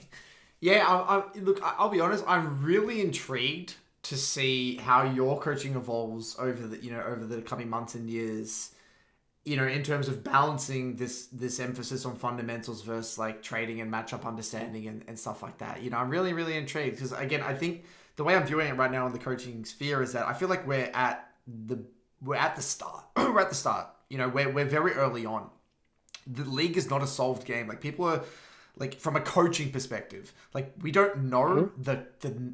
the order that the best way bit by bit to learn the game. And I feel like you know everything we've spoken about today, it's kind of just a model, right? It's just a hypothesis. We don't know, we can't say definitively that this is what we're going to be believing in the next 2 3 years. Like we could completely 100%. change. So I think I'm really intrigued to see how you go and like how you tie this together. And I could be completely fucking delusional with everything that I'm talking about, so I have no idea. But it's just the start. It's just having a crack, right? But it's so interesting just to hear the role differences. It's just crazy.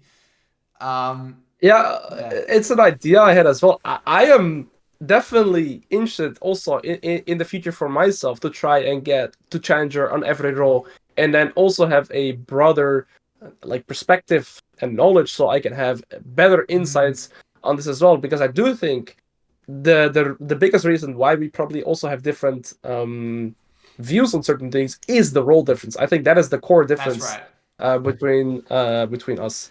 I got a take here. I would love to get your opinion on. So I want to just now zoom in on Master Plus. Okay. Okay. Master Plus is a very okay.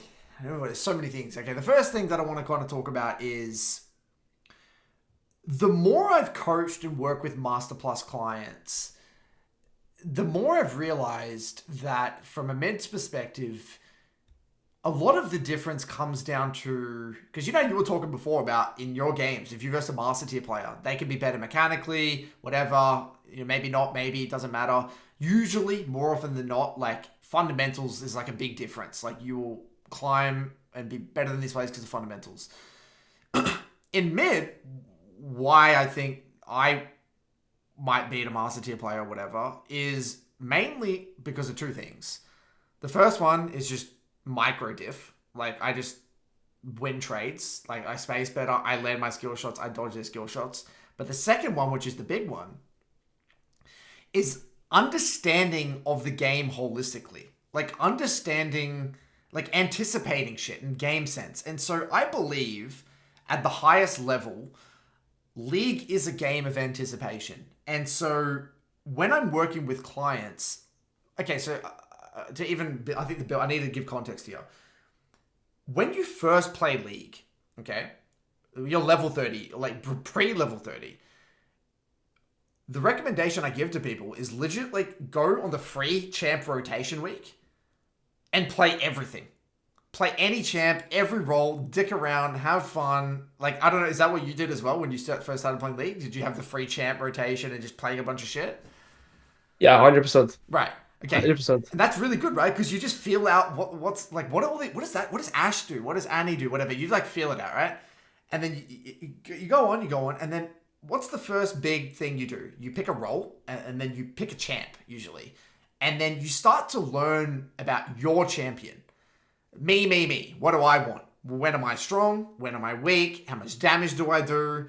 Roughly, like, and this is all intuitive. Like, I know I like these sorts of situations. I don't like these sorts of situations. You might not even be able to fucking understand why. It's just intuitive. Boom. And you start to understand that.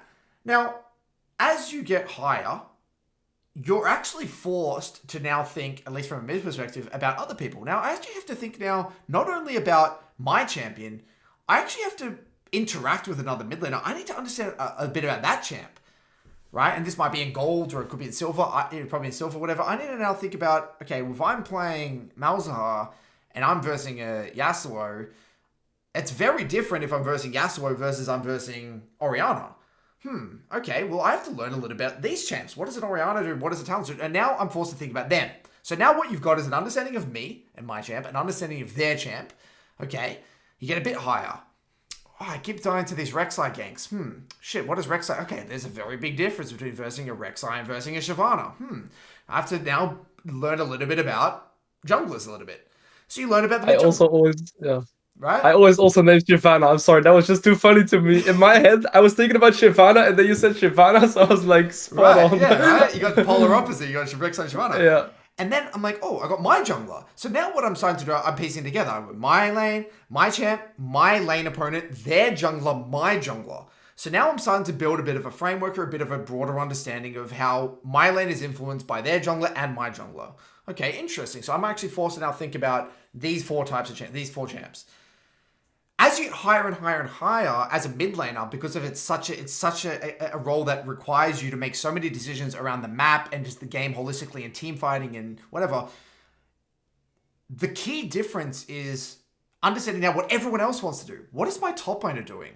What does he want? What does my top laner want? What does my bot lane want? If I've got a Kate Karma, Kate Morg into a Draven Janna or some shit, or whatever it is, or let's say like a Kai'Sa Janna, some shitty lane. Oh, okay, that's actually a lane that I could snowball, or I got a Blitzcrank into a Soraka. Oh, that's actually a lot of threat. I could actually influence that lane really easily, and they can snowball, and we can win through bot really easily. That's nothing to do with my lane anymore. I'm now my ability to win this game is a direct result of my understanding of my bot lane. And so what happens with master clients that come into my program, they can know their matchups, they can win trades, they can get kills, but they don't fucking understand the game holistically. They don't think about the game through other people's perspective. And so a difference, what I say, between a master and a challenger mid laner, yes, there are micro, you got trophy level micro and shit. Like you can climb with insane micro match, all that shit. More often than not though, it's a knowledge diff. And it's a knowledge diff about all the other things around outside of your lane.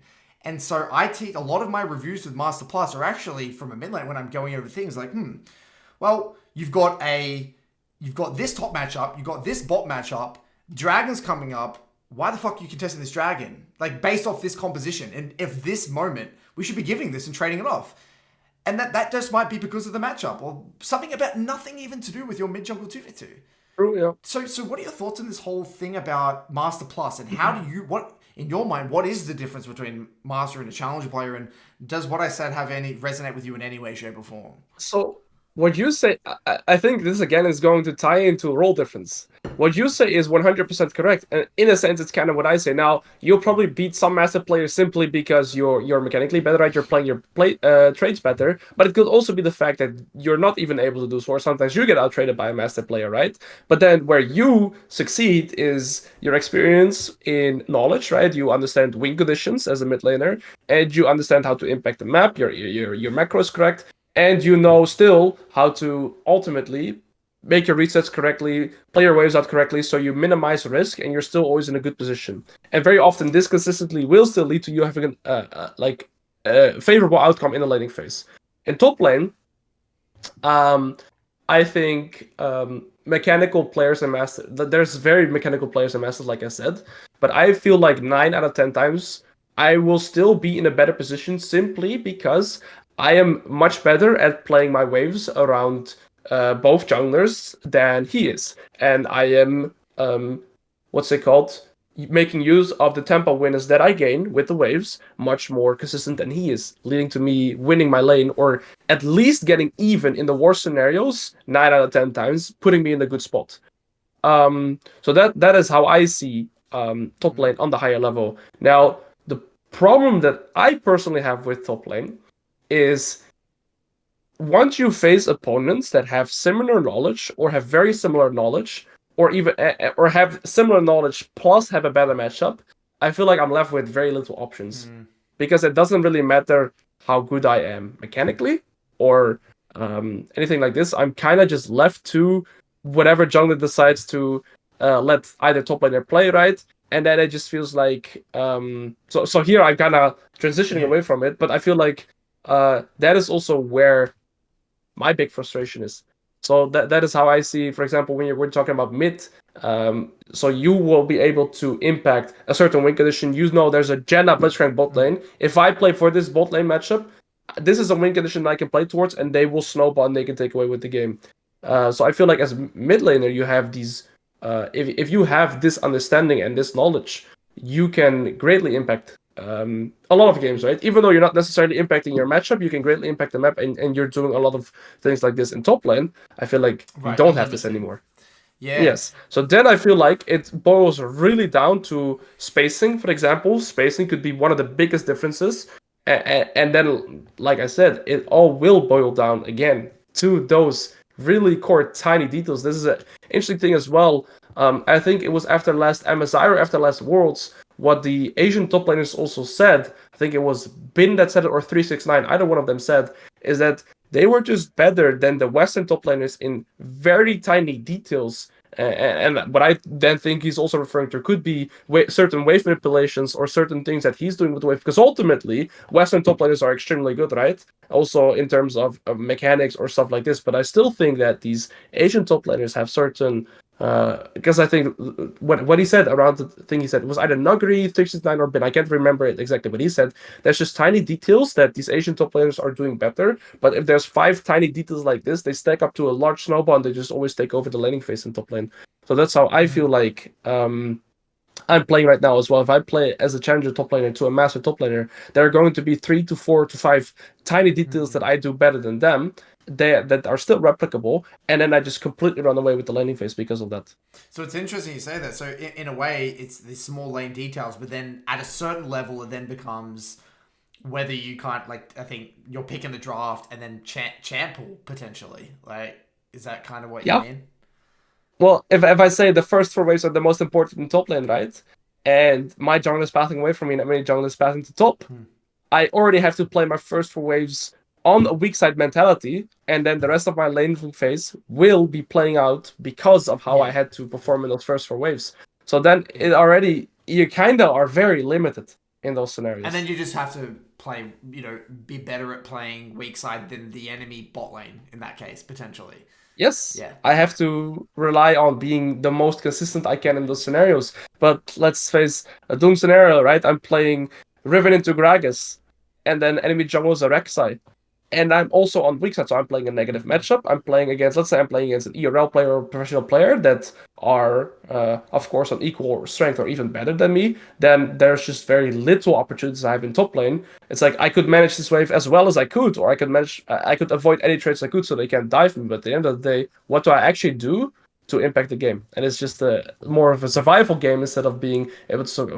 If I do this, I could roam here or I could impact here. Now, of course, in mid lane, you're going to have this as well. If enemy pike support is fed, you're never Of going to be course. able to walk up on a single wave, right?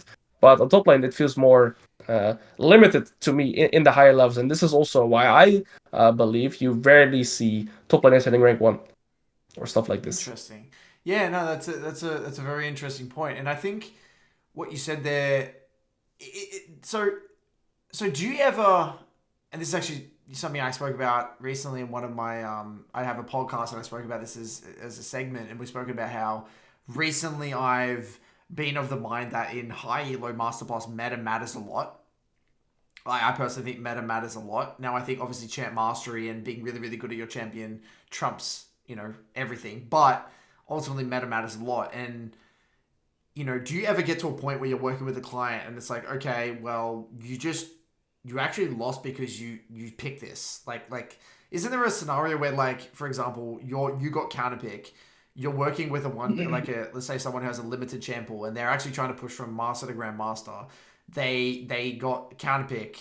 They have a really limited pool. They pick something that's just atrocious for the composition.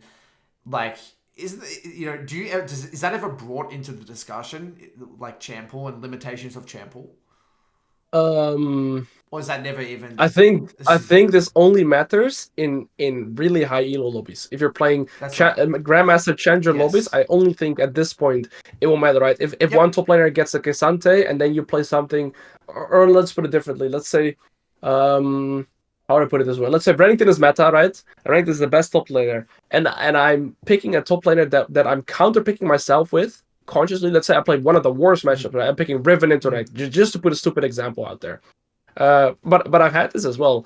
Then yeah, sometimes I also pick a bad champion in the draft, right? Simply because that is the champion I'm most comfortable with. But by default, you're shooting yourself in the foot because if your opponent is going to be on equal skill or better than you, yeah, you can literally lose the game You just by the literally lose the champion you picked. game. That's what I mean. Like Yes, my point is that this is not a sexy. This is obviously not a great topic to talk about. And I understand that people could take this the wrong way. Like people can listen and be like, "Oh my god, meta is so important." No, but I'm talking like you said, high elo, like high master, grandmaster. We're talking grandmaster plus type shit. Like it's I would even say it doesn't matter. Like to me, I would say meta doesn't even matter in master games when I play master games myself. But if you're playing grandmaster challenger games, that's where you like I agree. specifically, honestly, when there's at least like 4 to 5 challenger MMR players, then it really starts I agree. being the biggest difference because you're simply not going to be able to have those leverages over your opponent in a negative matchup, and they can just control the game that way, and then you're just left to, I guess, luck, Yeah, some good things 100%. happening. But yeah. And then that's a very and Yeah, it's an important discussion to have. Like people have these goals. Like I'm working with these players that grandmaster and they want to get challenger. I'm like, dude, your champ pool just fucking sucks. Like you're picking this champion in this game, and I'm like, sure. Like the real we'll kind of wrap this up in a second, but the thing that I say is like, okay, you can win this game, right? But you got to be on such a high level mechanically and gap your opponent so much that it's not reasonable for me to expect that you'd be able to do that. You would have to have, Chovy level micro in this lane. You would have to play this lane to the absolute T perfectly. And then you have a chance of winning this game, And it's like, well, fuck, you're making this game so much harder than it needs to be. And that's where I think I said, at the start, chample sizes. This is one of the reasons why I am a big advocate, Master Plus, of having a chample of 4, for like a master. fair. Because again, it gives you way more flexibility, especially when you're pushing from GM Plus. Like, I think it's very, very, very hard. That's why I have so much respect for players like Zookill and even like PZ Zhang and some of these players that consistently play a small chample, like at a high level, no matter the Yeah, meta. Like, I think that is so hard to do. Like, so hard to yeah. do. But then when you also like I've played against for both Zukil and Pizang, for example, now, right? But you also see that like where they shine is that they're just one of a kind in terms of spacing or in They terms are. of like they know the ranges of if I play Riven against those champions, they know my ranges just as well as I know my ranges. So they will space perfectly in those matchups, and that's why they're like allowed to play these champions. But they're really one of a They're kind in that outliers. Yeah, regard. you can't. And Yes. that's what. And this is actually the last thing I'll say about this. You're spot on. They are outliers. And when people say, "Oh, but Curtis, I saw Zukio. He blind picks this," or PC Zhang plays Yasuo and climbed to challenge it no matter what. People use outliers to justify playing a champion without truly understanding the difficulty. There's that EU. What's his name? Nakreb. You know, the Anivia player in EU.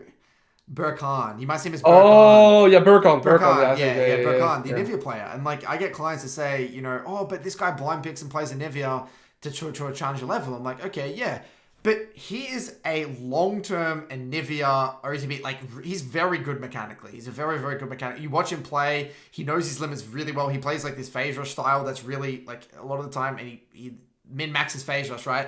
Like, the average player is not going to be able to, they're not going to actually even be able to put the time into the game to replicate that level of play. So I think Yeah. it's good to gain inspiration from one tricks, especially the best one tricks in the world, and I think we can all learn from them. But I think it's unreasonable for the average player to, I guess, shape their journey around the idea that because that person has done it, I can do it. I'm not okay with that line of thought personally, because the average person isn't spending as much time in the game as them. They are maybe not as talented as them. They don't have the time or the experience to do that. And I think that they are kind of in a special category. So, and I know that's a negative thing to say, but it's just realistic. I feel like oftentimes winning is fun. And that's just the unspoken thing. At the end of the day, winning is fun. And most people who don't win for a long period of time will not stick to that one champion, even if they say they will. Because, yes, if you are questioning whether or not you should be an OTP, you shouldn't be an OTP. If you are asking that question, you shouldn't be one. There is no Oh question. You know what I mean? yeah. I mean the thing is, I agree and I disagree because the thing is, I was a Riven one trick, right? And I would even pick Riven in my worst matchup. I pick Riven into Cannon. I pick Riven into Poppy. The benefit that you have as an OTP still is if I pick Riven into Cannon or I pick Riven into Poppy, maybe that Cannon has played into Riven 4 times, 5 times. I may have played that matchup 50 times, But wait, 100 wait, wait, times. wait. But did you ever question? Was there even like? Did you think, oh, I wonder if I should be? Should I expand my champ pool? Were you thinking Oh, 100%, really? 100%. Yes. So what If what I kept you play, going then? How were you able to just keep playing Riven? oh, because I have the most fun playing Riven, and I think that Riven as a champion has one of the best That's 1v9 right. potentials in top But lane, you right? had all this fun. Like you were like obsessed with Riven, right? Yeah. That's my point. Like you got to be obsessed to like this crazy degree to get to that But level as an OTP. fair, but also because I would still say, let's say I pick something that would realistically counter pick Poppy.